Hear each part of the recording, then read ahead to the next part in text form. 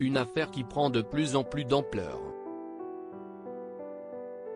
Depuis les déclarations de Mathias Pogba, le grand frère de Paul Pogba, le 27 août 2022, le joueur de l'équipe de France est dans la tourmente.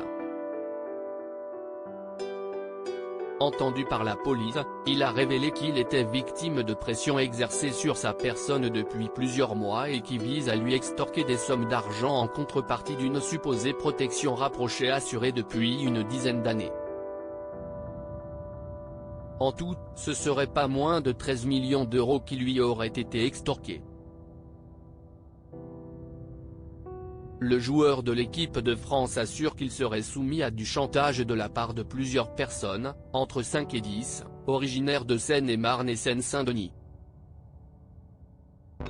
Selon les informations du Parisien, l'affaire pourrait prendre un nouvel élan alors que l'enquête préliminaire ouverte pour extorsion en bande organisée et tentative, pourrait passer très prochainement sous la houlette d'un juge d'instruction parisien dans le cadre d'une information judiciaire. Pour tenter de comprendre ce qu'il s'est réellement passé et qui sont les responsables, les proches de Paul Pogba ont été entendus. Un membre du staff de l'équipe de France serait au courant depuis le début de l'été. Il y a aussi un membre du staff de l'équipe de France.